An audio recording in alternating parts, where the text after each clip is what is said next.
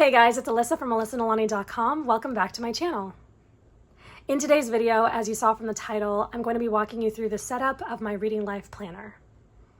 If you've been with me for some time, then you might remember that this is not my first rodeo when it comes to setting up a reading journal. I've been experimenting with this for, at least a decade, if not more, and it's been a lot of trial and error trying to figure out how best I want to capture my reading life on paper. My first iteration of this was called the Reader's Notebook.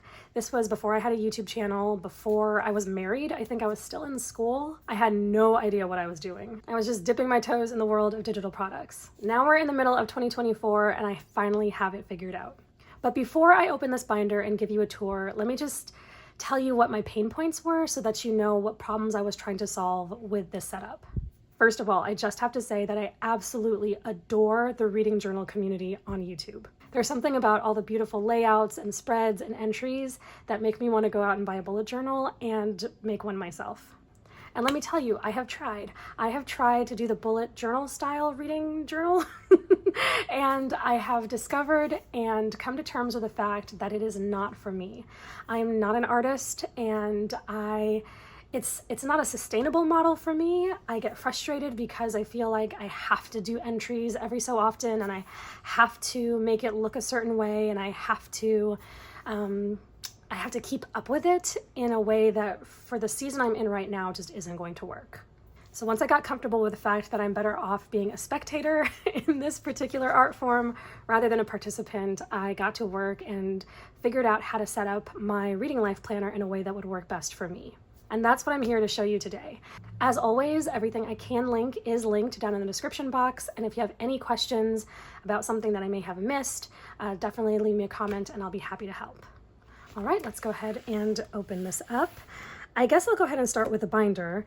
This is a very basic, inexpensive binder that I got on Amazon. It's got very basic features. It comes in several colors, so you have some options. As you can see, you've got some basic pockets in the front. You've got a couple of pockets in the back. It has 2 pen loops. It has the magnetic closure, which I really like. It's very, it's just very basic. Not a lot of fancy to it. The rings are not very big, but I didn't need it terribly chunky, but I did want it to hold a good amount, and I think that this covers it very well. And so far so good. I do really like that it's a sturdy cover and not soft and floppy. I do have a Filofax Malden that I could have used, but for some reason, when it comes to this kind of thing, I want something sturdy. It's probably because I'm sort of trying to emulate the bullet journal feel. I think that's part of why that is. But for whatever reason, I like the sturdy cover and this does the job really, really well. So I like it. Hey there, Editor Alyssa here, and I realized that I forgot to make a point that is really important to this part of the video. So if you're an OG viewer of my channel, you may remember my first 2 versions of this.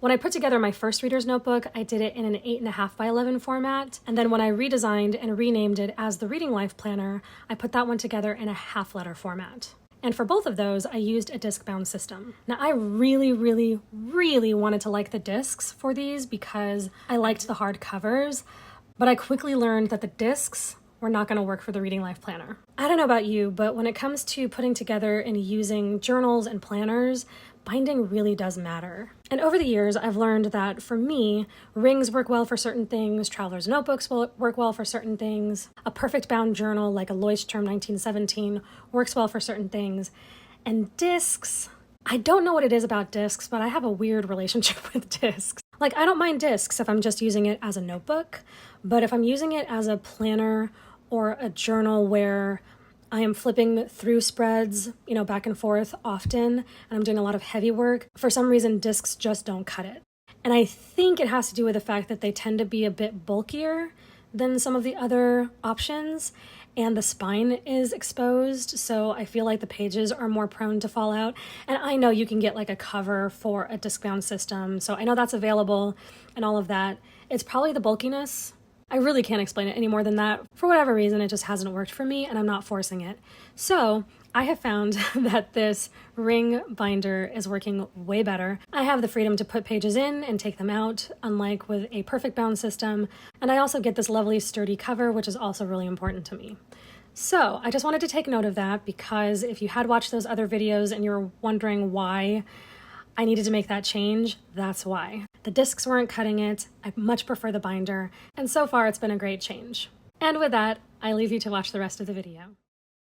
The sticker on the front, I think, came from like a sticker pack that I got. Oh man, I don't remember. I think I might have gotten it off of TEMU. I think it's TEMU. I think my brother said it's TEMU.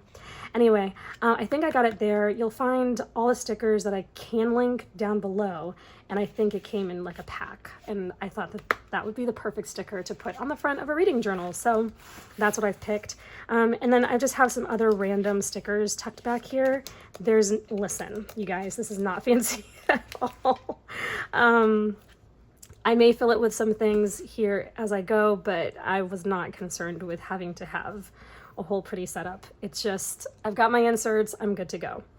All right, so this cover is actually a freebie on my website. So if you go to my website to the freebies page, you will find, I wanna say I have 3 covers that I designed.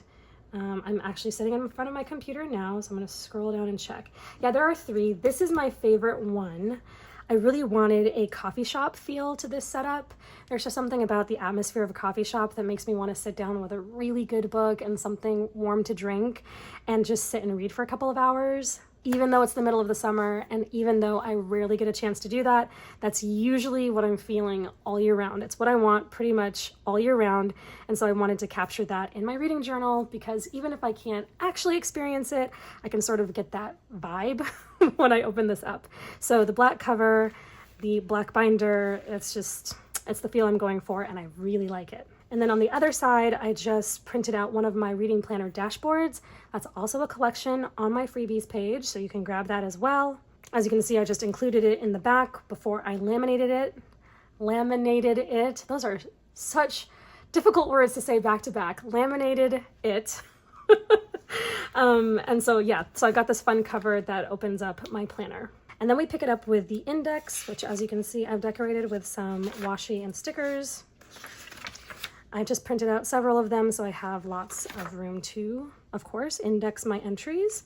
I've got another one of those dashboards glued to another dashboard. And so this one just says, reading books and buying books are 2 very different hobbies, and I stand by that truth. That is a truth of my life, especially considering the fact that I do one much more than I do the other, and I will let you guess which one it is. And then I've got 2 more, loving the reading life and life is too short to read books you don't like. I don't have a lot of like sections in this, so I kind of have a surplus of these dashboard dividers. And so anyway, I think I only have a couple more to show you. And then I just have this sticker paper clipped there because I didn't want to commit to it, but I did want to feature it in some way, so I paper clipped it there. Next we have the reader's profile, and this is a spread that is meant to be set up and kept for a while. You do not have to reinvent the wheel on this one year after year if you don't want to. So you have a lot of space to write down some of your favorites, how you engage on social media, that kind of thing, what your preferred types of books are and reading methods, just fun stuff to document about your reading life. Next, we have basically your running TBR. And so you can print out as many pages as you want for this, but here you're just recording the title and the author of books that you'd like to read. And I have printed out 2 copies, one for fiction and one for nonfiction. So here's my nonfiction spread. I've got 4 pages for that. And then my fiction spread, 4 pages for that. And then I printed out a wish list. And so this is title, author, and price of books that you'd like to purchase. And I've got a couple of pages for that. Actually, I have 4 because there's always another book to add to that. And then I go on to series to read, and this is title, author, and the number of books in the series. I've got a few of those, or a couple of those rather.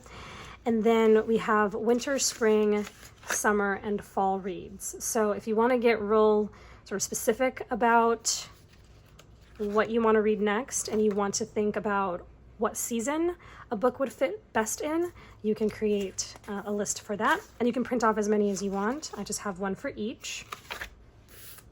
And then I wanted to keep a record of my ebook library. I have a lot of physical books, but I also have several ebooks, and I wanted to have a catalog of ebooks. I don't own that many, so I should be able to fit it in a few pages if necessary. So I think I only have 2 for that, but I do want to at least record what I have because I often forget because they're out of sight, out of mind. And so I have a spread for that, as well as for audiobooks. I buy them on Audible sometimes, and sometimes I just forget that I have them. So I was going to keep track of my audiobook library as well. And that's the first section. And so as you can see, this is all information that I don't want to have to write down year after year, but I do want to have it easy to access. And so having these lists for a longer period of time is going to be really helpful because I can just add to it. And then the rest of my journal can change over with the years, but this can just remain as long as I need it to. All right, next we have the next section. I have another one of these dashboards, paper clipped to my reading life assessment. You will notice that more than half of this stuff is not filled in yet. And this actually is a really great way to illustrate another part of my this is very personal. It has nothing to do with anybody else. This is my inability to keep up with things.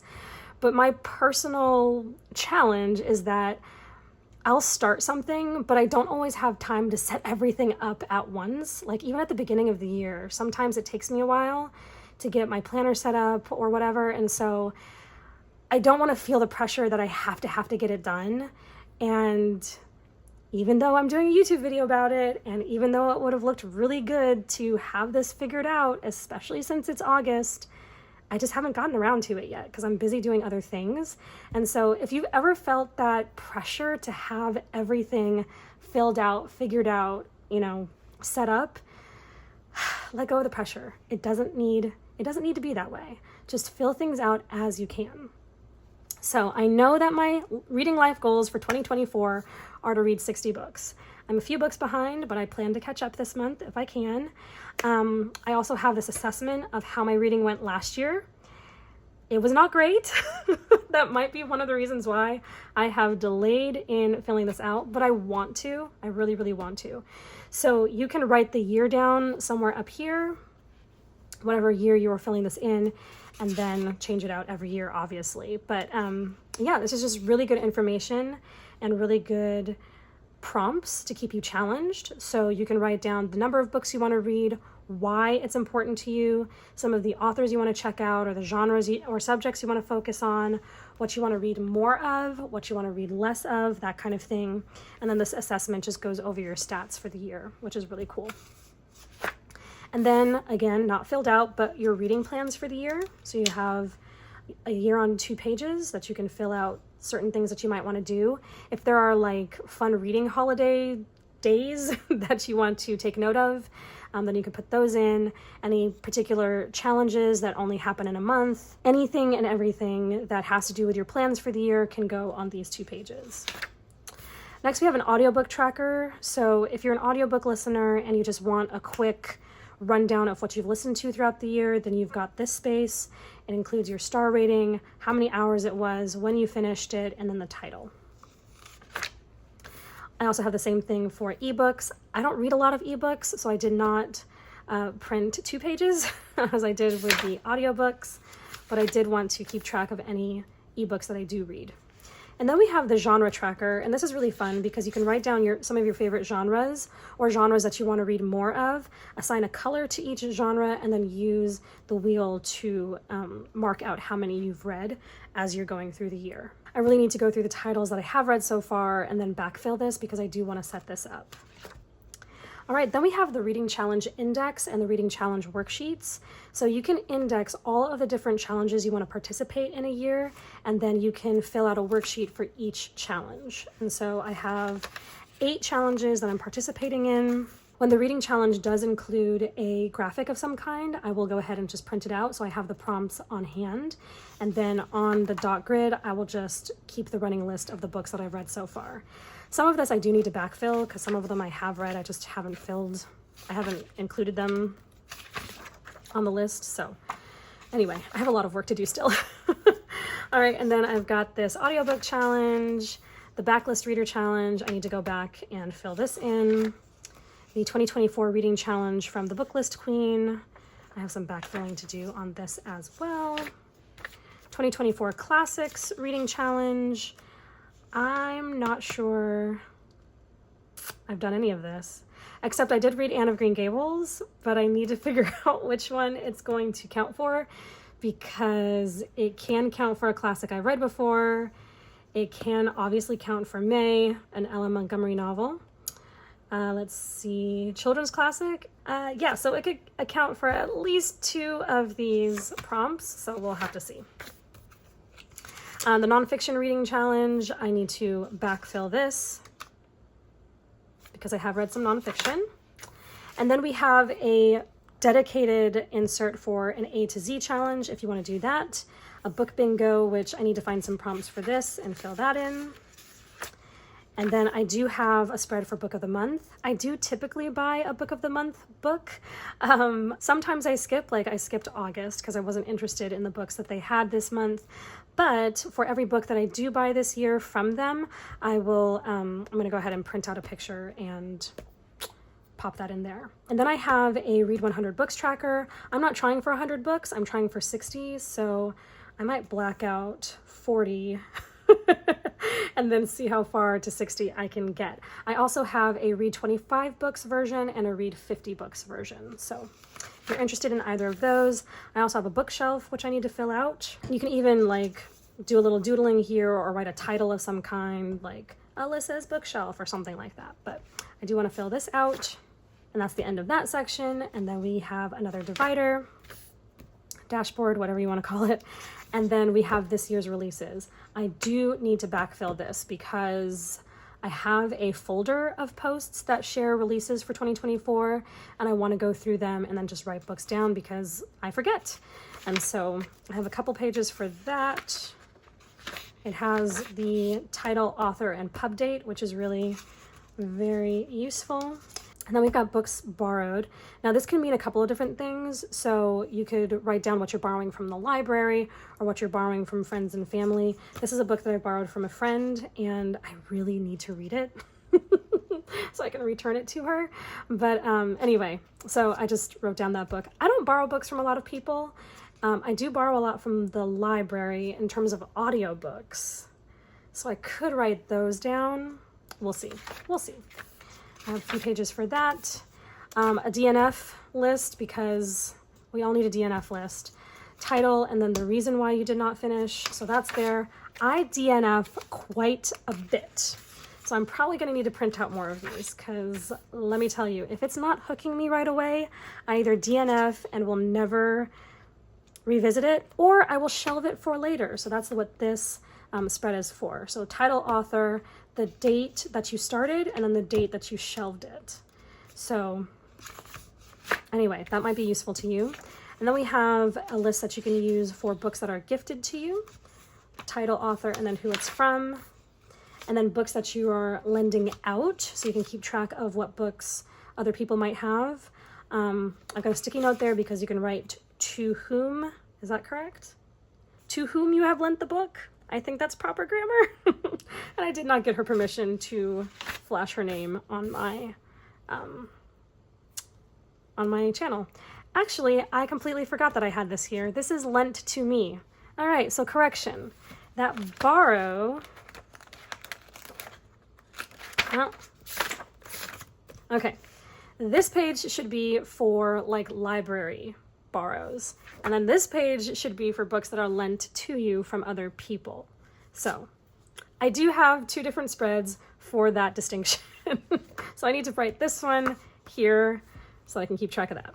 Okay, especially since I can write down who I borrowed it from and then the date, and then I can check off when it's returned. So I don't have like a particular little checkoff box, but this one that was returned back to me, I just wrote returned and checked off. So all right, then we have another section, and this is for this month, and I have my little tab here, as you can see. And this is just, let's see if I can find a blank one so you can see what it looks like blank. This is a month on 1-page spread. You can circle the month. You can write down a little mini TBR for the month. You can write down the days of the month, what reading challenges you're participating in, what you want to buy or borrow, new releases, and books you want to add to your TBR. Obviously, this is not extensive, so if you have more information than this spread can hold, you can write the rest of it on dot grid. So that's an option there. And so here is what I've got going on for August. I do still have some things to fill in, but this is what I've got in August so far. And then I just added some stickers from a Happy Planner sticker book. So you can just jazz it up any way you want. And now we come to the book reviews. Now, originally I only had book review spreads, but now I have series review spreads as well. So I'm going to show this to you first. You can do this a couple of different ways. If the series isn't terribly long, then you can just use 1/2 of the spread to record all of the information about that series. But if the series is longer, you also have a second half that you can include to add more books. And if it's a really, really long series, then you can just keep printing this second half and include all of the books that are necessary. But if you want, you can just do the first half to record the entire series. And I think this is a really fun spread, and hopefully it's useful if you are a series reader.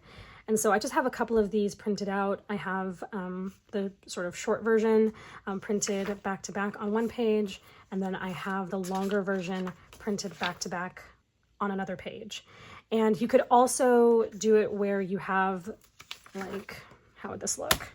You can also print it like this, so that it opens up in a 2-page spread like that. That's actually my preference. I don't know why I didn't do it that way, but that is an option if you want. So those are the series review. And then we have the book review. And the same goes for this. I don't know why. I think I might have messed up and then just decided to keep it because paper is expensive. But you can print it so, and punch your holes so that you have a 2-page book review spread. Again, this is my preference. I really want to say it was a mistake, but I could have fixed it before I started punching the holes. So I really have no idea why I did it this way, but whatever. You can see both options. You can either do front and back, or you can do side by side for a 2-page spread. And both of them work just fine. Okay, so the book review is a 2-pager. You have all of the basic information about the book, your star rating, and then you have space for a summary, review, and then notes, and then favorite quotes if you want. And if you don't want to write all of this information about every book, you don't have to. If this is all you're interested in, then just print the first half. But if you want to go in depth, then go ahead and include the second half. So it's completely up to you how you want to review your books. And that is it. I just have some more of these month on one page spreads in the back. Now, there are some pages that I have yet to print. I don't know why I didn't, but let me just run through what else we've got here. So 1 second.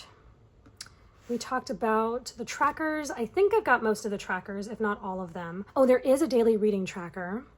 You have 3 versions that say daily reading tracker on the title, and then you have 3 that don't have a title. They're just blank. So you can write whatever you want on there. I also have month on 2-page spreads with both Sunday and Monday starts. So if that's something you want to include in your setup, you have those. I also have a books read tracker with star ratings. So you can print pictures of the books that you've read and include the ratings that you want to give them. And then I have a year at a glance on 2-page spread that I really need to print out. I totally forgot about that. But basically it looks like this, and then each box for the month has stats that you can fill in. So I do want to print that out. And then of course there's the dot grid notes pages, which you've already seen. I just can't remember. Oh yeah. So I have it printed on the back of the month at a glance, but you can print off as many of these if you want to take notes throughout your spread. And that is it, you guys. If you're interested in my Reading Life Planner, you can check it out. The link is in the shop. Not the shop. The link is in the description box. The link to the shop is in the description box. And if you're interested in the covers, these are in my freebie library, which is on my website. The link is also down below. If you have any questions, feel free to let me know. I have a lot of work still to do in here, but I'm just gonna go at my own pace. And then when the new year comes along, I will keep what I want to keep and archive what I need to archive and have a brand new, sort of brand new setup. Thanks so much for watching this. I hope this was helpful, and I hope that it gives you some ideas as well as some encouragement. If you really love the idea of keeping a reading journal, but the bullet journal with all the fancy spreads and layouts isn't quite for you, then this might be just the option. So let me know if you end up putting one of these together. And if you post any pictures on social media, be sure to tag me. I would love to see what you are setting up. And just a reminder, you can get the Reading Life Planner in both A5 and letter size, so you have a couple of options. Again, thanks so much for watching. Have a wonderful rest of your week, and I will talk to you all in the next video. Bye-bye.